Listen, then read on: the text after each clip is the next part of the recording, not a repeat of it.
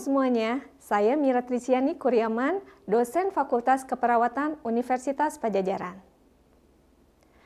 Pernahkah kalian membayangkan dalam sebuah kondisi darurat, petugas reka medis harus menghabiskan waktu sekitar 30 menit hanya untuk mencari satu file reka medis pasien yang tersimpan di lemari reka medis?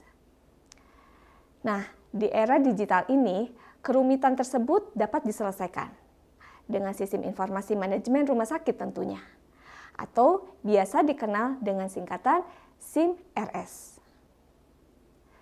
Kali ini kita akan sama-sama memahami seperti apa definisi, fungsi, manfaat, serta risiko dari penggunaan SIM-RS ini.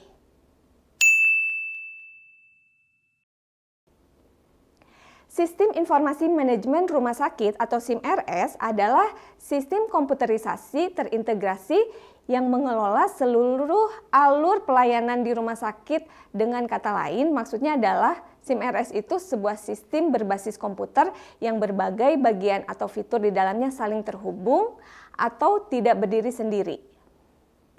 Jadi, data dari satu unit, misalnya pendaftaran, bisa langsung terhubung ke unit lain, yaitu misalnya terhubung ke rawat inap, IGD, atau poliklinik.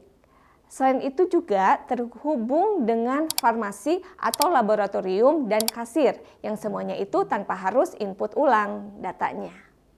Sedangkan yang dimaksud dengan mengelola seluruh alur pelayanan di rumah sakit, itulah yang disebut sebagai fungsi SIM-RS.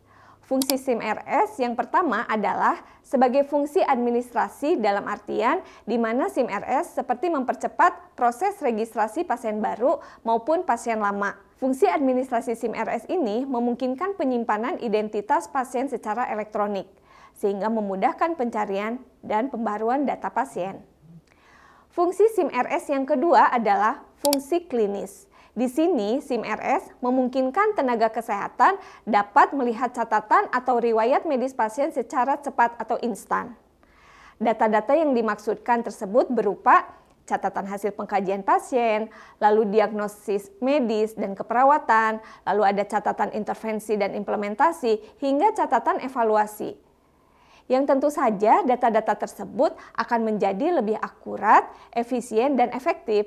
Lalu fungsi SIM-RS yang ketiga adalah SIM-RS sebagai fungsi manajemen, di mana SIM-RS ini merupakan sistem yang mendukung manajemen rumah sakit dalam pengambilan keputusan.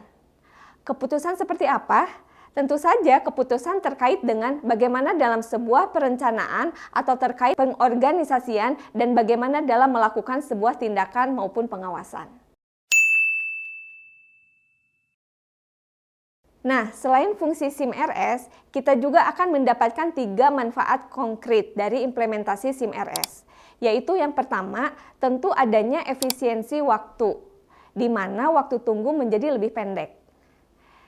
Yang kedua, adanya akurasi data, sehingga tidak ada lagi salah baca tulisan tangan yang rumit. Dan yang ketiga bisa berfungsi sebagai screening dini, di mana sistem bisa disetting untuk memberi peringatan jika tenaga kesehatan tidak sengaja meresepkan obat yang memicu alergi pasien. Selain fungsi SIM-RS memberikan manfaat, tidak dapat dipungkiri juga pemanfaatan teknologi tidak luput dari tantangan dan resiko. Tantangan terbesar SIM-RS yang pertama adalah keamanan data dari ancaman peretasan atau cyber attack.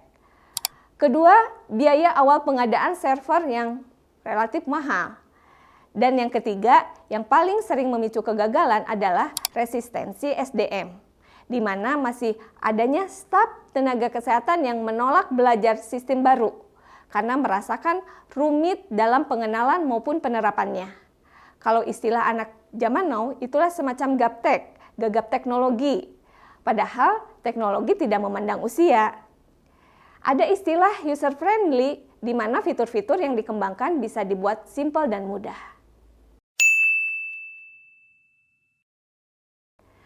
Oleh karenanya, dalam era digitalisasi ini, kita selaku profesional kesehatan maupun para calon profesional kesehatan dituntut untuk senantiasa terbuka dan adaptif terhadap setiap perkembangan teknologi, seperti SIM RS ini. Jadi, SIM RS bukan lagi sebuah tren sesaat di era digitalisasi. Namun, SIM RS dan pengembangannya merupakan masa depan pelayanan kesehatan yang berkualitas. Demikianlah pembahasan topik terkait SIM RS kali ini. Semoga bermanfaat. Sampai jumpa lagi dalam membahas topik lainnya. Salam.